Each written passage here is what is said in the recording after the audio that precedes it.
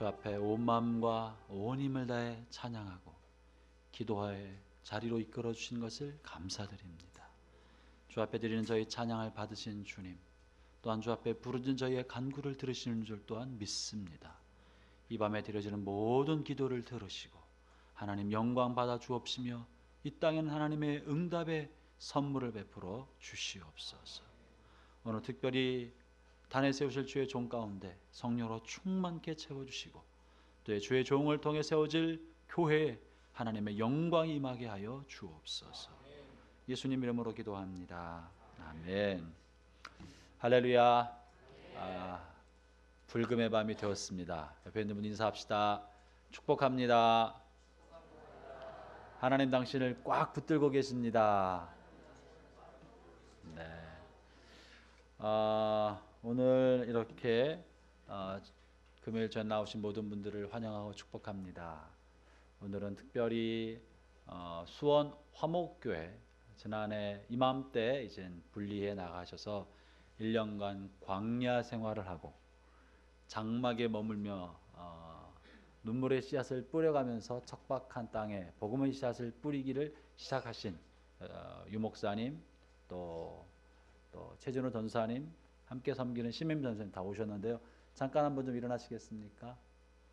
최준호 전사님 어디 계시나요? 네, 그 다음에 심임 전사님 저 뒤에 계신데 사랑과 격려의 박수 한번 해주시기 바랍니다.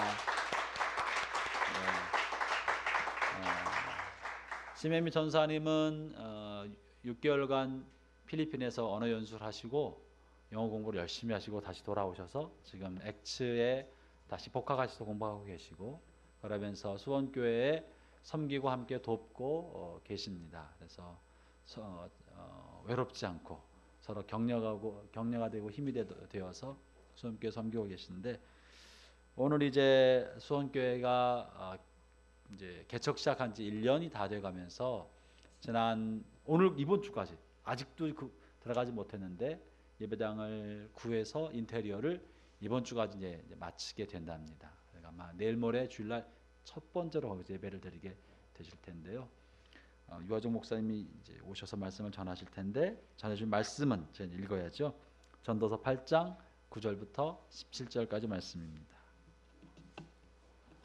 전도서 8장 9절부터 17절까지 말씀을 저와 여러분이 교독하도록 하겠습니다.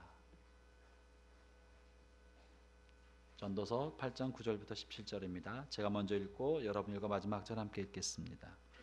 내가 이 모든 것을 보고 해 아래서 행하는 모든 일을 마음에 두고 살핀즉 사람이 사람을 주장하여 해롭게 하는 때가 있도다. 그런 후에 내가 본즉 악인들은 장사 지낸 바 되어 거룩한 것을 떠나 그들이 그렇게 행한 성읍 안에서 잊어진 바 되었으니 이것도 헛되도다. 악한 일에 관한 징벌이 속히 실행되지 아니하므로 인생들이 악을 행하는데 마음이 담대하도다.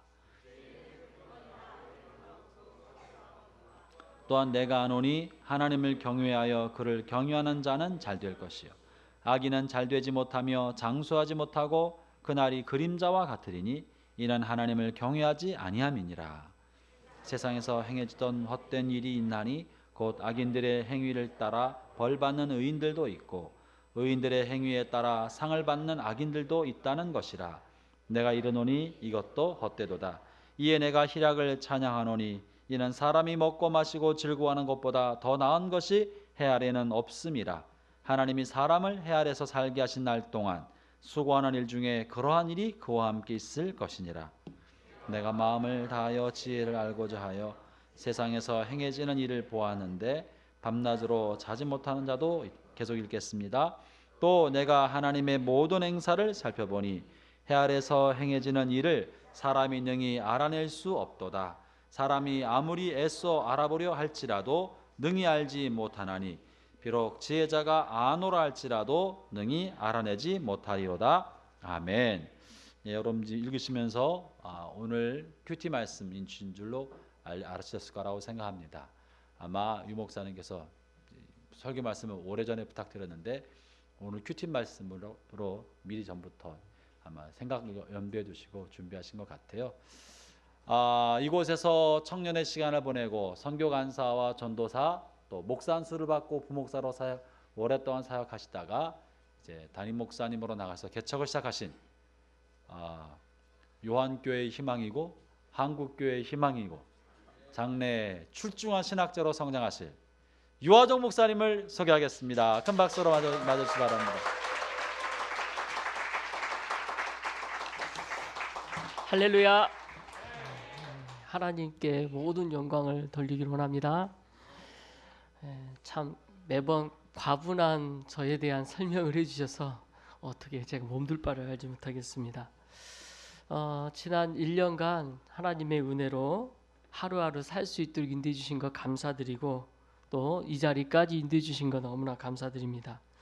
먼저 저희가 어떻게 지냈는지 또 교회가 어떻게 되는지 많이 궁금하실 텐데 먼저 교회 영상을 공사하는 기간에 대해서 간략하게 좀 만들어 봤습니다. 그리고 마지막으로 지금 어제 찍은 사진인데 그 사진까지 이렇게 보여드리도록 하겠습니다. 영상 먼저 보여주시겠습니다.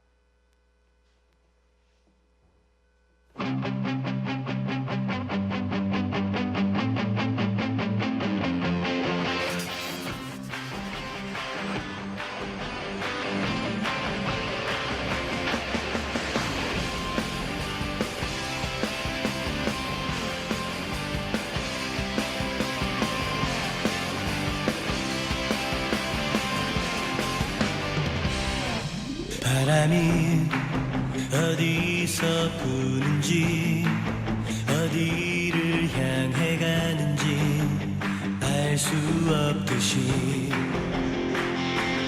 성령님 갈급한 영혼에 바람처럼 불어와 채워주시네. 하소서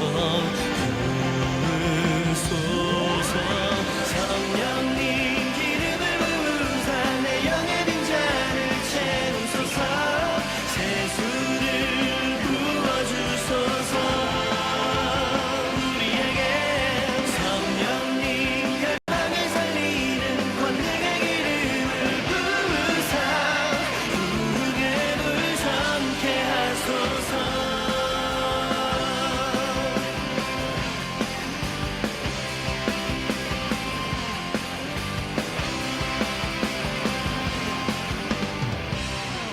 성령이 임하시기까지 기도하며 기다리라 말씀하셨네.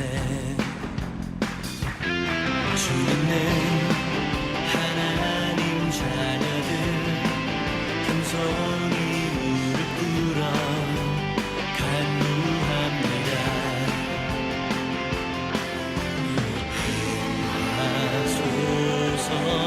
성령님 기름을 부으사 내 영의 빈잔을 채우소서. 세수를 부어주소서. 우리에게 성령님 열방을 살리는 권능의 기름을 부으사 부흥의 불 전케 하소서.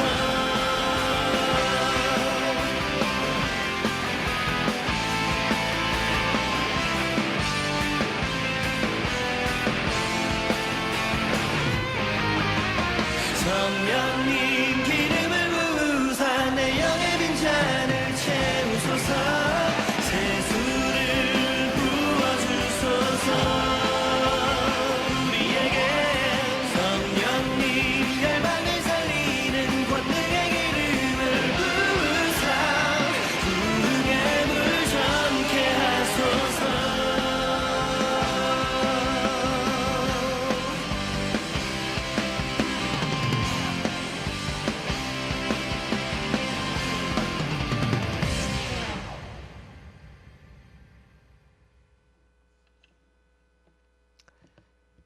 바로 이제 사진을 처음부터 좀 보여주세요.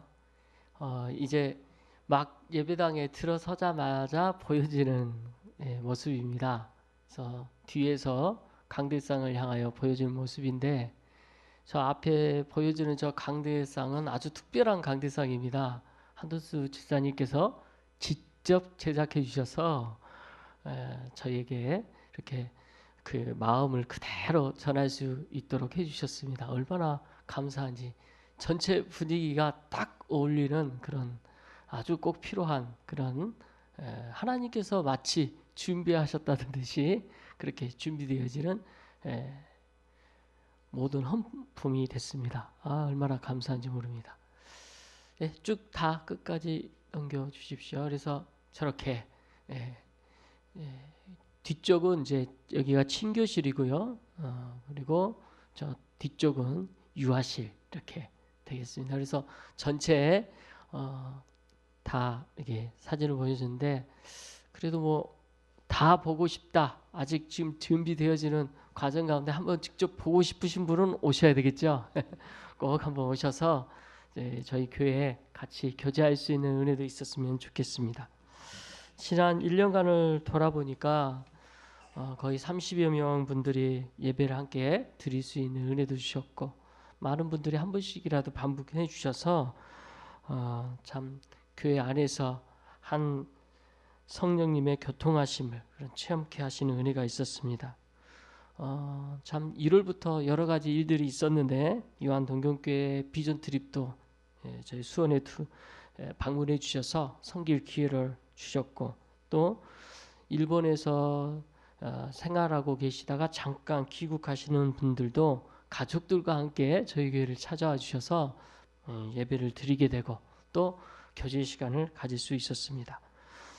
이제 지역에서도 자연스럽게 만나는 사람들이 있었는데 그들도 이렇게 교제하게 되면서 전도하게 되고 또 수원은 캠퍼스가 참 많습니다. 좋은 캠퍼스가 많은데 아주대가 가장 가까이 있는 캠퍼스고 경기대 그리고 단국대, 경희대, 성균관대 이런 굵직굵직한 캠퍼스들이 수원에 있습니다. 그래서 그 캠퍼스를 돌면서 기도하면서 또 전도하면서 영혼들을 만났던 은혜를 주신 것도 감사하고요.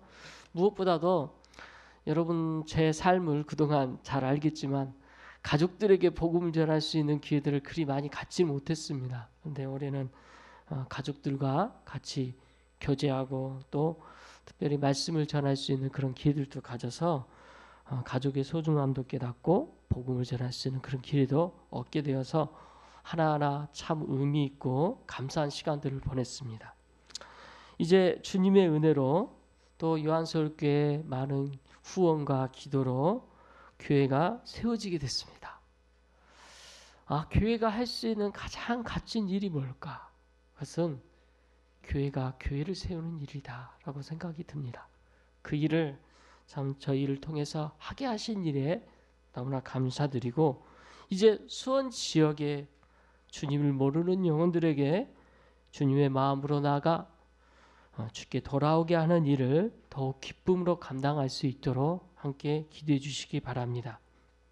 아직 겨자씨와 같은 그런 모습이지만 주님께서는 주님의 방법으로 일하실 줄 믿습니다. 모든 가정 하나하나 주의 섭리 가운데 인도받도록 함께 기도해 주시기 바랍니다. 오늘 말씀 아까 읽으면서 뭐 특별하진 않았죠. 전도서 말씀이 지금 현재 말씀 묵상으로 하고 있기 때문에 가장 자연스럽게 말씀을 들을 수 있는 그런 본문이라 택해서 묵상하면서 준비했습니다. 근데 참 첫 절부터 제 마음을 무겁게 했습니다. 9절 말씀 같이 한번 읽어보겠습니다. 시작. 내가 이 모든 것을 보고 해 아래에서 행하는 모든 일을 마음에 두고 살핀즉 사람이 사람을 주장하여 해롭게 하는 때가 있도다.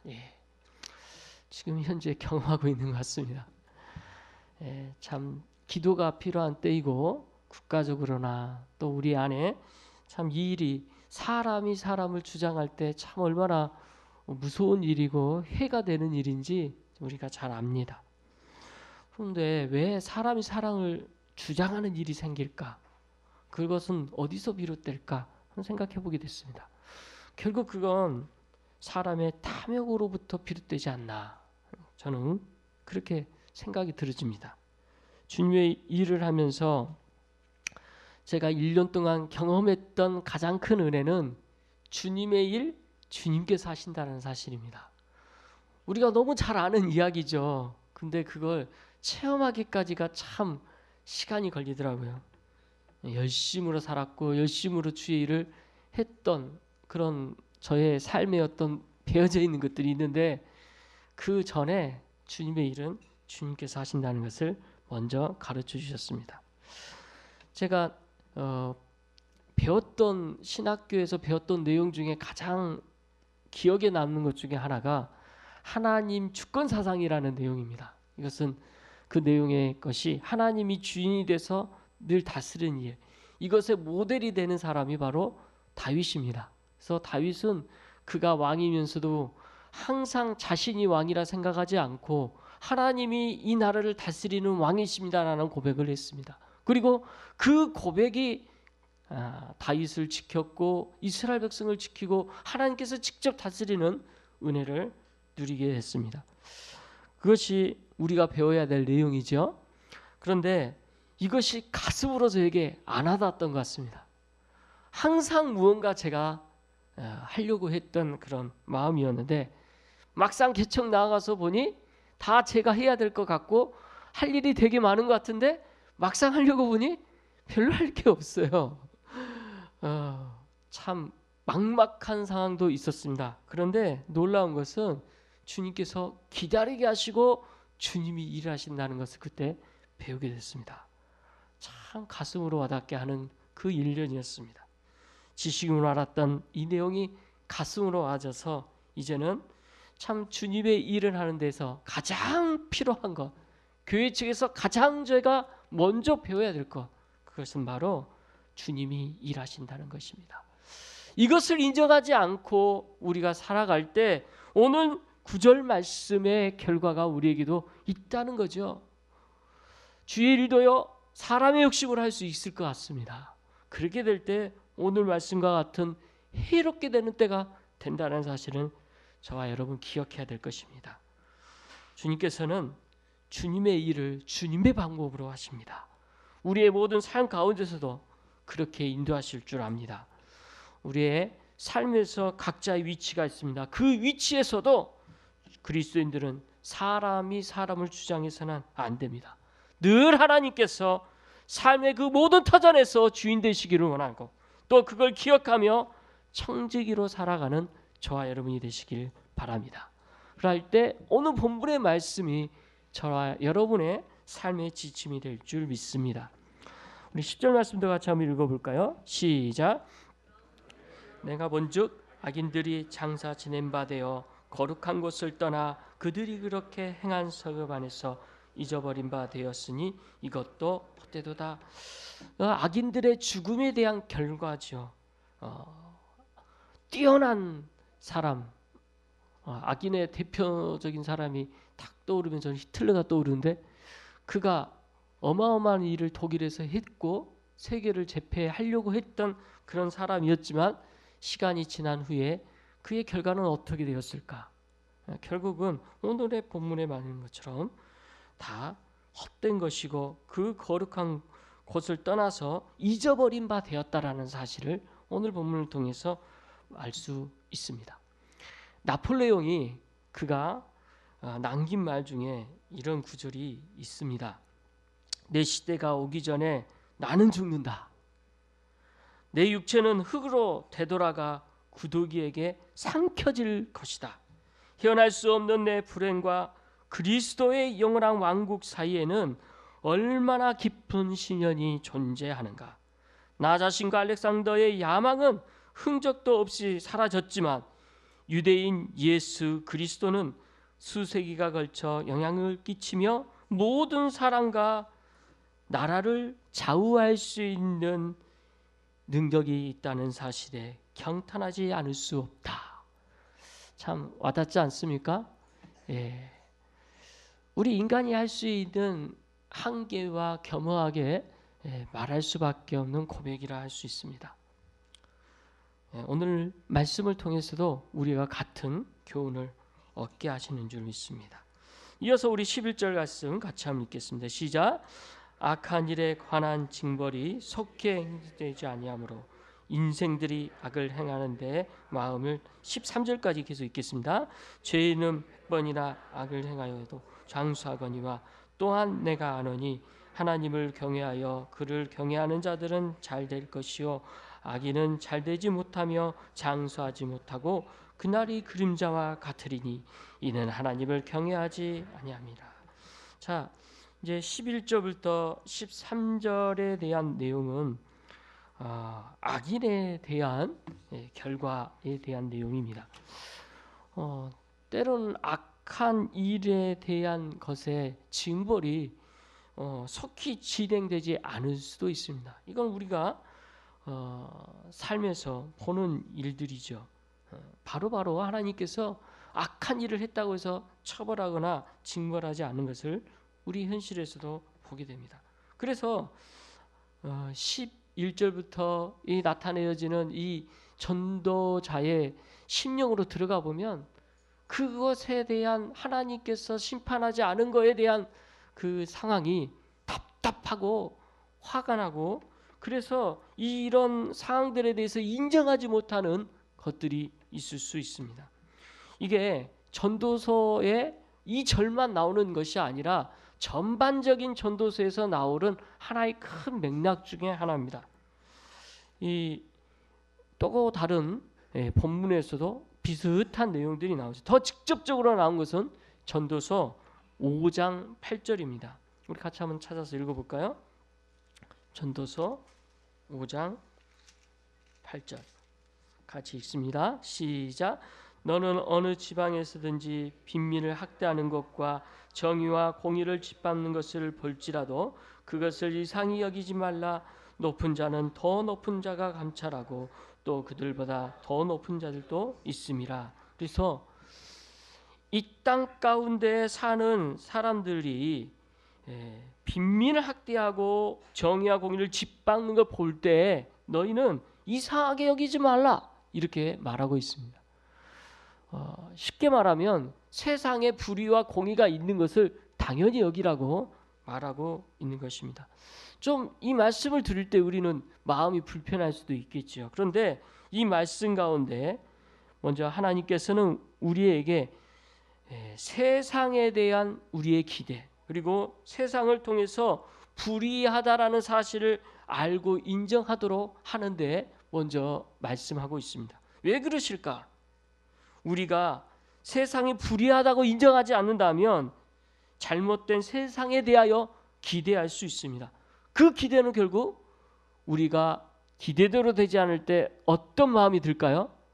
거기서부터 환멸이 느껴지기 시작하고 그 환멸이 현실에 대해서 외면하게 되는 결과까지 이르게 됩니다. 그래서 세상을 향하여 늘 불평과 불만이 가득 차게 된다는 것입니다. 그런데 성경은 그런 인생을 살라고 말씀하지 아니하시고 불의한 거 당연한 거다. 잘못될 수 있다. 인정하도록 말씀하고 있는 것입니다. 여기서 예수 그리스도께서는 한 걸음 더 나아가고 있죠. 어떻게 말씀하십니까? 요한복음 15장 19절 말씀 이렇게 말씀하십니다. 요한복음 15장 19절 말씀. 너희가 세상에 속하였으면 세상이 자기의 것을 사랑할 것이나 너희는 세상에 속한 자가 아니요 도리어 내가 너희를 세상에서 택하였기 때문에 세상이 너희를 미워하느니라. 그래서 예수님은 한 발 더 나아가 우리는 택함 받은 자로서 이 땅에서 세상에서 미움받는다라고 말씀하고 계십니다. 왜 미움받습니까? 그것은 하나님께서 우리를 세상 가운데서 택하셨기 때문이라고 말씀하고 계십니다. 우리는 하나님의 특별한 택함 받은 선택된 족속입니다. 제가 제일 좋아하는 단어 중에 영어 단어 중에 하나가 chosen people, 선택된 민족. 근데 이게 chosen이라는 말이 약간 말은 잘하면 조선 같기도 하고 그래서 우리는 옛날부터 선택되어졌다. 저는 제 개인적인 확신을 가지고 와 우리는 그런 선택된 민족이었구나 라고 저 개인적인 주장을 합니다. 그런데 아무튼 택한 백성이라는 사실 때문에 세상은 우리가 우리에 대해서 미워하는 미움의 대상이라는 것이죠. 오늘 본문을 우리가 요약해 보면 이렇게 다시 한번 정리할 수가 있습니다. 모든 사람은 억압받는다는 사실이죠. 그리고 그 억압받는 것으로 끝나지 않고 하나님께서는 그 다음에 그 뒤에 있는 우리의 선택하심, 그리고 5장 8절에 나와 있는 내용에서는 더 높은 자가 있다라고 말씀하시고, 오늘 우리가 보았던 본문 13절에서는 어떻게 나옵니까? 이 13절 말씀, 악인들은 잘되지 못하고 장사하지 못하고 그날이 그림자 같다. 결국 악인이 다 잘된 것처럼 보이지만 그렇지 않다. 오히려 하나님을 경외하지 않은 사람들은 거기에 대한 심판이 있으리라는 것을 말씀하고 계십니다. 그래서 우리가 눈으로 보고 우리가 느껴지는 것들로 끝나는 것이 아니라 실상은 하나님께서 심판하신다는 사실을 말씀하고 계십니다. 그래서 오늘 이러한 본문의 내용이 이 전도서에서는 아주 한 큰 맥락으로 여러 말씀으로 선포되어지는데, 또 이어서 14절에는 또 중요한 하나의 맥락을 설명하는 구절이 됩니다. 14절 말씀 같이 읽겠습니다. 시작. 세상에서 행해지는 헛된 일이 있나니 곧 악인들의 행위에 따라 벌을 받는 의인도 있고 의인들의 행위에 따라 상을 받는 악인들도 있다는 것이라. 내가 이르러니 이것도 되도다. 여러분, 전도서 말씀 읽으면서 가장 눈에 띄는 단어가 뭔지 아십니까? 그것은 헛됨이라는 단어입니다. 헛되다. 그리고 또 오늘 본문 14절을 읽으면서 이미 예측하고 계시겠지만 이 14절 말씀에는 같은 맥락으로 어떤 설명을 하냐면 의인이 핍박받는 일도 있고 또 악인이 더 잘된 일도 있다라는 말씀을 하고 있습니다. 지혜서라는 성경이 우리가 총 3권으로 알고 있죠. 어떻게 됩니까? 바로 욥기, 또 잠언, 전도서죠. 그런데 이 3권의 지혜서가 2가지로 나뉠 수가 있습니다. 사색적 지혜서가 있고 실천적 지혜서가 있습니다. 그러면 실천적 지혜서에 해당되어지는 것은 잠언에 해당되어지고, 잠언은 보상의 원리가 잘 적용됩니다. 그런데 사색적 지혜서인 이 전도서와 욥기는 꼭 보상의 원리가 적용되지 않아요. 오늘 본문이 딱 그 특징이죠.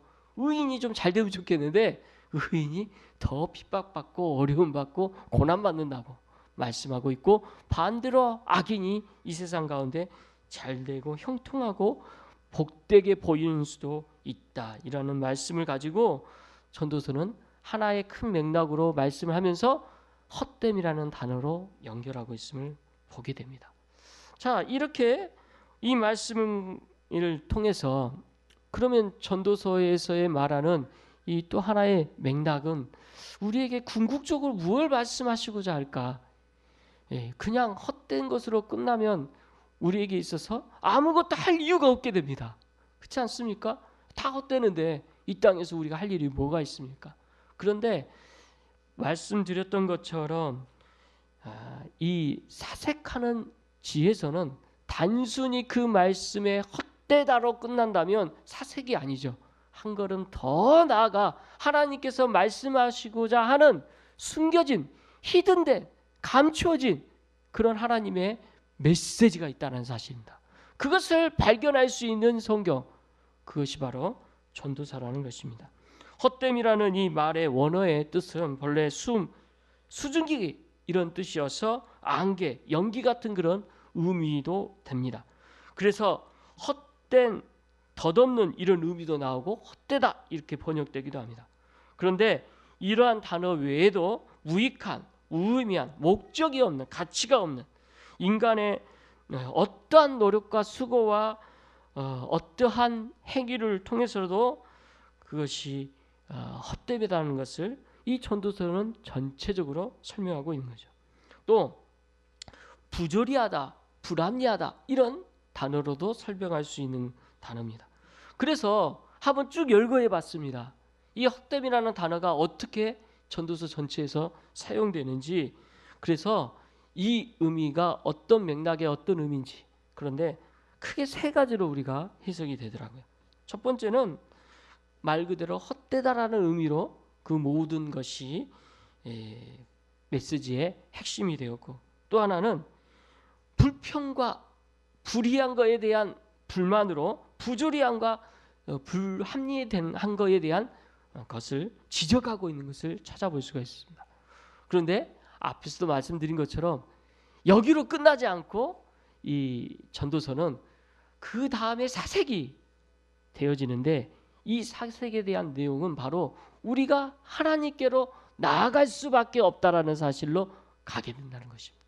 다 헛되다 이 세상의 것은, 그리고 나선 이 땅에서는 소망이 없는 것으로 내려놓고 우리 눈에는 보이지 않지만 인생 저 너머 그 다음에 우리가 봐야 될 눈으로 보지 못하는 것을 볼 수 있도록 눈을 열어주는 것이 바로 전도서의 이 헛됨의 단연의 궁극적인 의미인 것입니다. 그래서 그 눈으로 보지 못하는 것에 대해서 받아들이고 순응하고 다시 한번 여호와를 경외하는 것이 이 땅에서의 최고의 기쁨이요, 이 땅에서 우리가 해야 될 일이라는 사실을 말씀하고 있는 것입니다.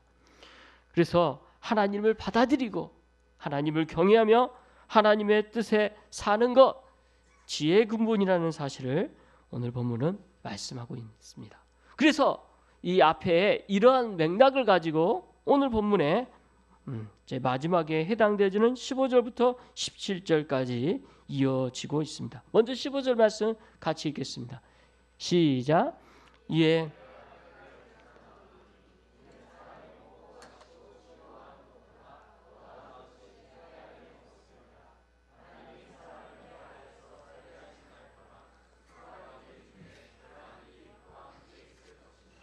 자, 갑자기 희락 이야기를 하니까 동문서답하는 것 같은 느낌이 들 텐데, 실제 지금 앞에서 허무와 헛됨에 대한 내용을 결론 지으면서 이 땅 가운데 우리가 가질 수 있는 소망이 뭘까라는 것을 전도자는 찾고 있는 것입니다.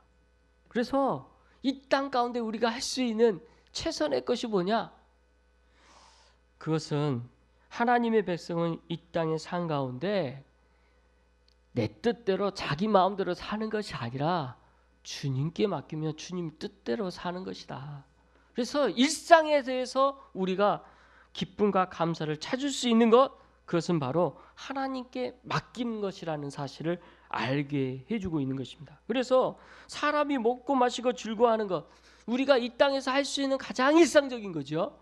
가장 일상적인 것에서 우리가 행복을 느낄 수 있다는 것이 바로 이 말씀에서 하고자 하는 맥락인 것입니다. 하나님이 사람을 헤아려서 살게 하신 날 동안 수고하는 일 중에 그러한 일이 그와 함께 있을 것이다. 그래서 이 땅에서의 우리가 모든 수고, 어쩔 때는 내가 지금 뭐 하고 있지? 뭐 너무 정신없이 바빠질 때 갑자기 찾아오는 멍함이 있잖아요. 여긴 어디지? 난 지금 뭐 하고 있지? 너무 바쁠 때 우리 때로 그렇게 반응하지 않습니까? 그럴 때 하나님께서는 이 말씀하시는 거죠. 이 땅에서 하는 모든 수고 그 자체로도 의미가 있고, 그렇게 하는 수고에 대해서 하나님도 기뻐하시는 것입니다.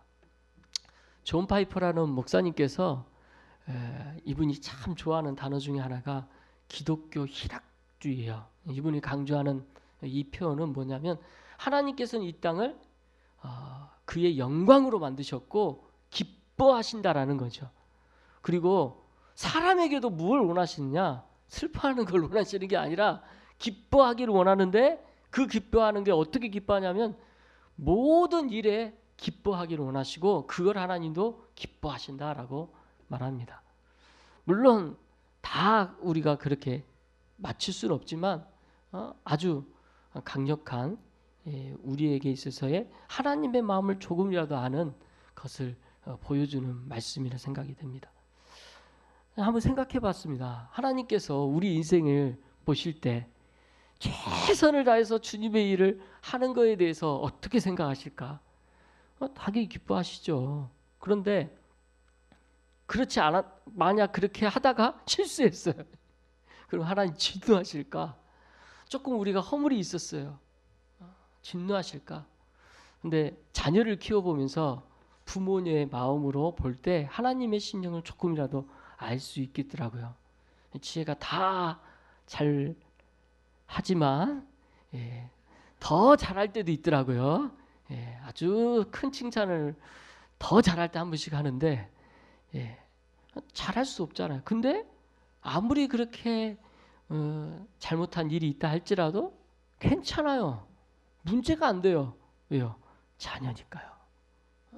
실수할 수도 있고 잘못할 수도 있어요. 그런데 자녀니까 자녀인 것으로 그게 모든 것이 용납되더라고요. 저 여러분은 하나님의 자녀인 줄 믿습니다. 그런데 하나님께서는 우리를 어떻게 보고 계시는가에 다시 한번 집중하시기 바랍니다.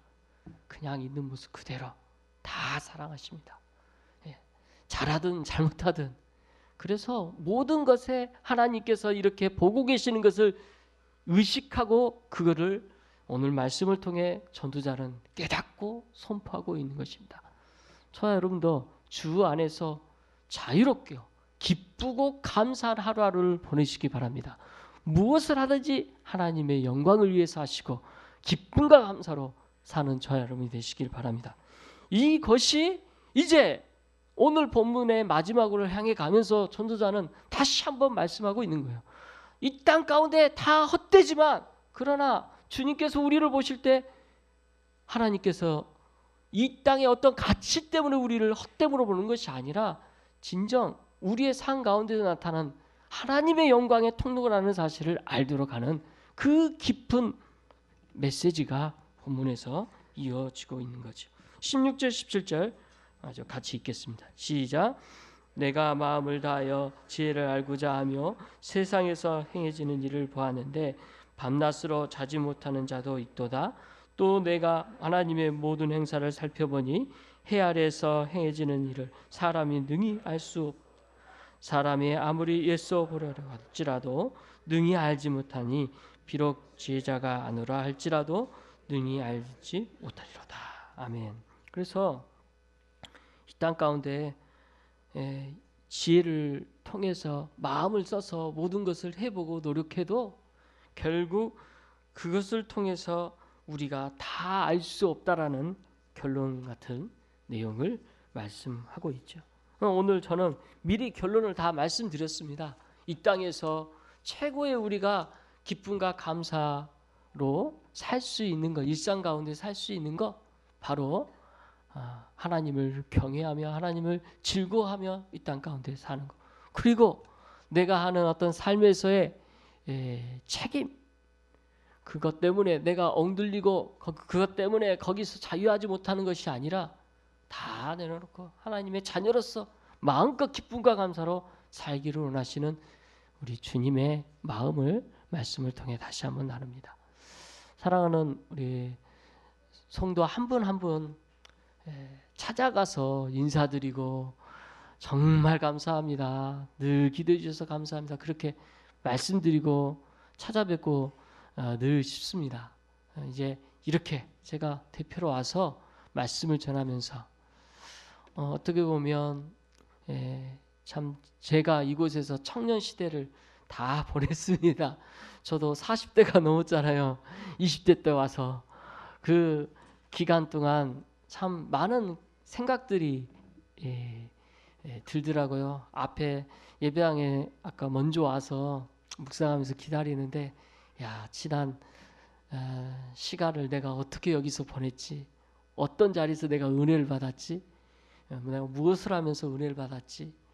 참 처음 강대상 청소하면서 눈물을 펑펑 흘리면서 그 청소하는 것으로 말미암아 제가 받았던 은혜, 그리고 하나하나 교회의 구석구석을 돌아보면서 거기서 또 받았던 은혜, 그리고 한 영혼을 섬기면서 그 영혼을 섬긴 것이 내가 섬긴 것이 아니라 정말 주님의 은혜로 섬겼다라는 사실, 그걸 깨닫고 알게 되면서 한 영혼이 얼마나 귀하다고 그걸 깨닫게 하셨던 그 과정들, 그러면서 이 자리까지 인도하셨던 것들을 쭉 떠올려 보게 됐습니다.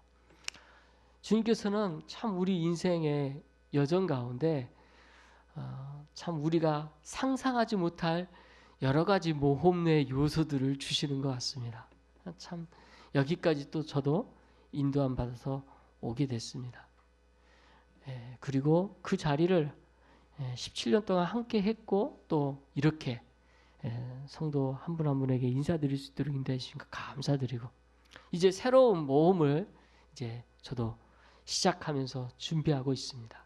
함께 기도해 주시고, 그리고 이제 요한 서울교회 21년 됐지요. 앞으로의 20년을 또 어떻게 인도하실지 기대하면서 함께 주님의 일들을 기쁨으로 동역하는 저와 여러분이 다 되시길 바랍니다. 기도하겠습니다. 사랑과 은혜가 풍성하신 하나님,